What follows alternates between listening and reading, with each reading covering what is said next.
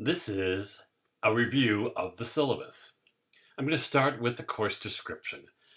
This course is designed to introduce students to children's literature with an emphasis on developing an aesthetic and critical response to literature, experiencing and appreciating a breadth of genres and a variety of authors and illustrators. Creative ways to use literature with children will be investigated. Students will begin to use children's literature as a teacher in an elementary or middle school classroom. I have several outcomes that I want to share with you in regards to this course.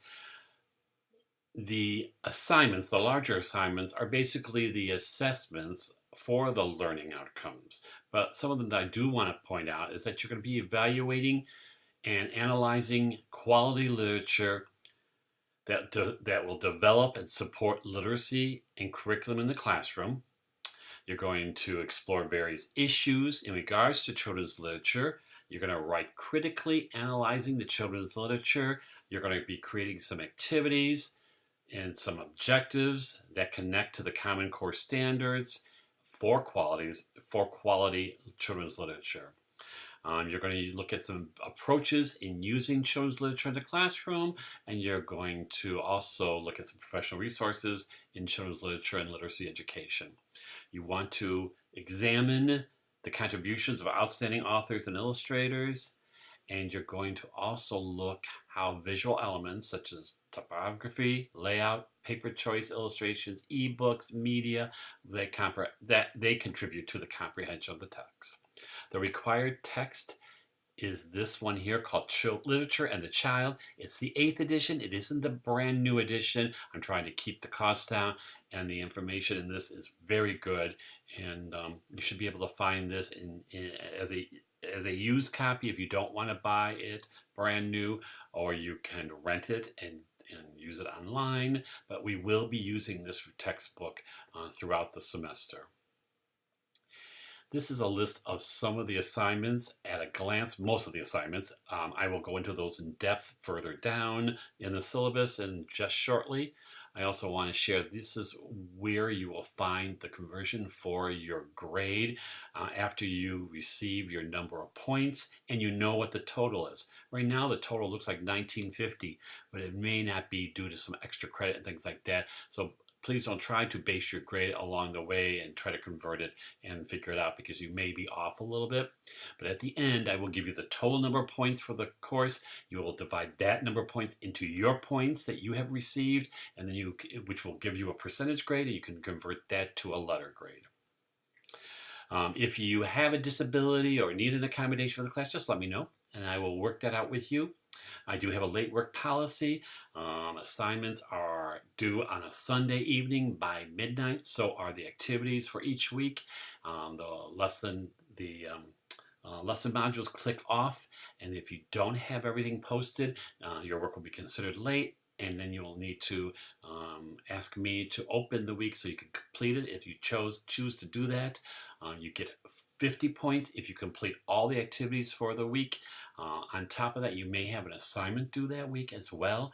So just keep track of that. Use the calendar. I will also give you reminders along the way when something is due, so that you have that information. But if you do happen to have a week that's tough, or a week that you did not get all the work completed and you want to complete it, it may mean that you'll get a reduced number of points. It may mean that you'll have to ask me to open the week up again, but I will be glad to work with you. Remember, when you work online, you work in a very positive fashion. You make positive comments. I always say there are warm comments and cool comments. Warm comments, of course, support the work that you are reviewing or the comments you're making on somebody's work. Where cool comments might be some suggestions in a very positive way. And I'm hoping that you will see my feedback is like that as well. My attendance policy is that if you don't complete the activities in a week, that you missed the class, and you need to make that up. And if you do miss the class, if you don't get the work done, you need to let me know that you need the week back opened again, and I'll have to consider doing that for you. Please check Blackboard in your email in case there's something I'm asking you for, all the way up through the end of the semester. Even when you are done with the course, check in occasionally because there might be a problem with a grade or something, and I need to talk to you about that, and I can only get through to you through emails. If you're going to use somebody else's idea, give them credit. Usually when we're doing lesson plans and ask you to do a lesson plan or take an idea off of a lesson plan, that's pretty much public domain, and you don't have to worry about it. But if you think that you're concerned about plagiarism, you can always give credit from where you got that idea from. Again, some resource links here along the way. If you need them, you are welcome to use them. The Lefevre College of Education's mission is that it champions social equity for youth, adults, families, and communities by equipping and empowering scholarly, high-skilled practitioners, education advocates, and leaders. Our vision is to lead the national conversation on advancing the careers of professionals and scholars who are highly competent advocates for equity and justice. We have 5 goals that you can read through at your leisure. And we also have dispositions and core values. The disposition that I favor is the social emotional learning. I work with 3 schools from Buffalo. I helped to start 2 out of the 3 schools, and I joined the 3rd school when it was starting. So I'm very excited. I go back monthly, every other month basis for about a week, and I work with my teachers in those schools. I fly to Buffalo, and excuse me, and I work with them in regards to an social-emotional approach that we use in the school. I started a school about 15 years ago, and that school is the highest performing school in Buffalo, New York. I'm very excited by that, and the founders believe it's because of the social-emotional learning approach that I have taught the teachers and they use in the school. We just opened another school last year, and we are replicating the first school, and again I'm working with the teachers on the social emotional learning component of that school. And my 3rd school is on the east side of Buffalo. Those 2 are on the west side, on the east side, and this school is primarily an African American school with mostly low-income students, but we're working on the social emotional approach there, and I'm very excited. I love being at that school, and I love working with the teachers at all 3 schools, and I'm very excited. In the summertime, I spend more time with them creating some professional development for them. I lead the professional development. So it's a pretty exciting time. So not only do I have my job here that I love at Laverne, but I also fly to those schools and work with them. So it's, to me, a very exciting time in my life, and I enjoy what I do very, very much. And you'll hopefully see that with my passion for children's literature. Now, these are the assignments. I'm going to go through them what seems to be quickly, but a little bit with more detail. And then you can also find these on Blackboard on that left menu on your screen, and you can look at them more at your leisure or read through them here in the syllabus as well. So the first one is the virtual discussions that I've been talking to you about. It's those 8 books that you're reading, hopefully reading now before the semester starts, or will, as soon as the semester starts, start reading them. And you're going to be meeting on a weekly basis with your group that you've been assigned to. You're going to record those meetings, and you're going to then link them to Blackboard so that I can see what your group is talking about. And sometimes you'll invite me to those meetings as well, and then you don't have to record them if I'm part of that. But you're going to use WebEx. WebEx is kind of like FaceTime, Google Hangouts, or Skype. It's kind of like that. It's a free account that you receive from Laverne, and you'll use that. And the Academic Success Center will be your support for that. In case you're having problems recording or using WebEx, you can call the Success Center, and there are students there who have an expertise in using WebEx, and they will help you out. But you do need to write to the help@laverne.edu, send them an email requesting a web account, and this is the information for that. And you need to do that in the first week because you'll be needing to meet with your group in the second week. Here is attendance participation. We've talked about that a little bit already. If you need to be online working weekly, you have 9 days. As I said before, to complete the work in 1 week. The weeks overlap a little bit, so when you're finishing up maybe week 1, you'll see week 2 starting up.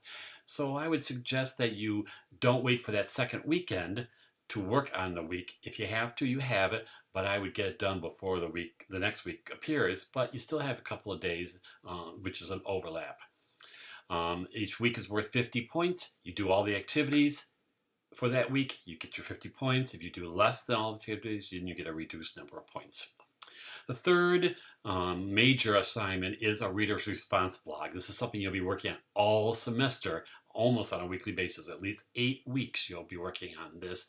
I don't have an assigned date that you have to have it done. Well, I certainly do. I think it's due by week 15, but you can send them as you post them. So your first book is a touchstone book. Once you have discussed that and read the book and discussed it, and you now blogged about it on that 4-part blog, that's right, you're going to see right here, then you can send that on to me. You can send the link to me, and I can start grading little by little till you get to your 200 points, which is all 8, when all 8 books have been read, have been discussed, and are blogged, and you've posted the blogs for them in one blog. You're going to create your blog. You can do that through WordPress.com, Blogger.com, or any other platform you can find for blogging. You're welcome to use those. Make sure that you write about the 4 parts. Make sure you include an image of the book cover, but here are the 4 parts that you will be writing about. So please do that. You will find some exemplars of all of these assignments on Blackboard. Look on that menu on the left side of the screen in Blackboard, and you can scroll down till you find the assignment and click on that, and there's more specific information than even what is here. This author study is a presentation that you and a partner will create based on a video for a flipped classroom. I call them a flipped classroom video, in which you're going to provide content information about an author that you have selected. An author who is coming to our conference is who you'll be creating information about. And then you're going to create 2 activities, one that's technological and one that's hands-on, and you're going to add those to the wiki, to your wiki page that also has your video. And the students in our class, your colleagues, are going to create those activities, complete those activities, and either post the information for the completion of that activity on, or reflect on what they did. And then you're going to, as a presenter and a teacher, you're going to provide some feedback for them in regards to their participation. You're going to write a reflection on all of this, and you're going to submit that to me for your grade. You're going to create a book trailer. I don't know, it's kind of like a movie trailer, but it's going to be about a book. And you're going to create a QR code for your trailer, and you're going to only submit the QR code for me. You won't have to submit the link to your book trailer, because what I will do then is click on the QRL. I have a QR reader, and that should take me right to your video. And then what I like to do, if I have the book in my collection, I'm going to print off your QR code, and I'm going to post it in one of my books. So when I open my book with the same title, of course, I can click on the QR, and I will remember you by your book trailer. We have a major conference on campuses that about 1,000 kids and their families come and spend the day with us on campus, and they're going to visit some children's literature authors. They're going to go to some presentations that some local teachers have created, some students have created, and it's all fun day. There's activities in the park. Mrs. Nelson's book warehouse will be there as a vendor. The authors who come to the conference will come out, and they after their presentations, and they'll sign their books and talk to the students. It's a lot of fun, and you're going to be a part of that. So you need to reserve Saturday, April 20th, 2019 for a day that you'll spend with us on campus volunteering. Some of you will be escorts for the authors. Some of you will be just doing some other work, working with some of the activities in the afternoon. So there's a whole variety of things to do. Sometimes you'll just be standing around that we might need you to do something quickly, and you'll be there as a resource that we can use you very quickly. But it's a lot of fun. There are other 2 events too. If you can't participate for some reason that day, and you could come Saturday, March 9th, and some of you will be doing this as well, to the book sort at the Laverne Science and Technology Charter School in Pomona.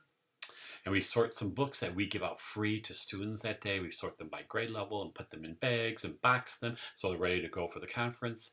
And then If you can't do that, you might be able to join us on Friday, April 19th for sometime during the day to do last-minute preparations for the conference.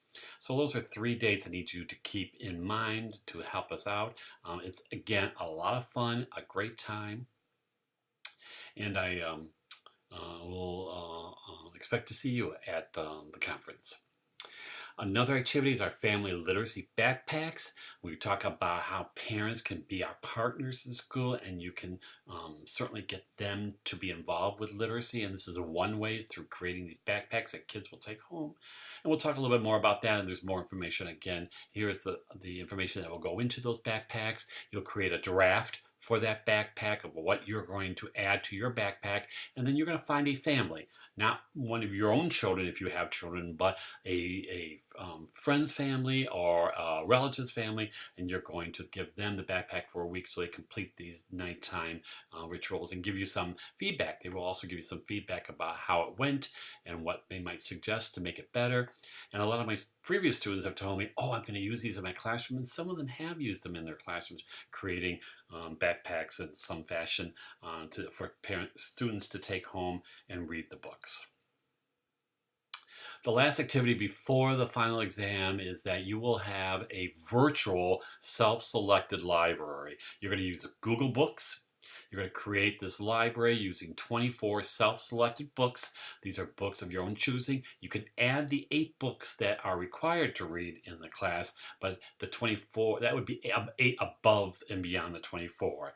And what I expect within the 24 books are 19 picture books, so they're easy to read, and 5 chapter books. They're a little bit more involved, and then you're going to sort those and have them in your virtual library on shelves, and you're going to actually create the icon or the image for that book and add that to the shelf. And then after you've got your 24 books, 3 books from each of the 8 genres that are listed here, then you're going to create a screencast, a video, showing your library and talking a little bit of answering some questions such as, what did you get out of the project? What books were your favorite? What were your least favorite? Which books might you want to use with your future students? And those kind of things will go into this virtual library assignment. Last but not least is your final exam, and that is to create an e-portfolio. If you already have an e-portfolio, then you just need to create a page, a children's literature page, and in that you're going to post some images, photographs, videos of what happened over the semester in regards to all of your major assignments. You're going to post a link to those as well, and you're going to write a little reflection in regards to each of those assignments. And then you're going to post some other artifacts about children's literature. They might be websites or videos or just resources that you have come across in regards to children's literature and shows you as a teacher who will use children's literature in a classroom. You are then required to do a screencast of this as well, your e-portfolio, and you're going to answer 3 questions. I don't need to navigate through that because you're going to send me a link for your screencast and also a link for your e-portfolio. But in the screencast, which is less than 5 minutes, you're going to talk a little bit about which assignment best represents you as a teacher, which assignment are you most proud of, which one was most fun for you, which assignment was the most challenging for you. And you can talk a little bit about your hopes and wishes for the work that you've completed in this class. And you're going to send those to me during exam week, which is week 16, by 11:59 p.m. on Wednesday of that week. And guess what? You'll be done. But please, please, please don't forget to check your emails after that, because if I'm grading your work and I have a question and I can't get a response, sometimes people don't make their e-portfolios public and I can't see them then. I can't give you a grade for it. So I'll usually type you a little email saying, please check your settings and make it public in your e-portfolio so that I can view it and give you a grade. So please, please, please, forget everything else for this semester. Do not forget to make that public so I can give you credit for your final exam. You need some more information about me? Here it is here. And here is the course calendar again, but I put that also on Blackboard under the course calendar. And that takes care of the review for the syllabus this semester. As always, if you have questions, please don't hesitate to ask me. Otherwise, I'll see you online.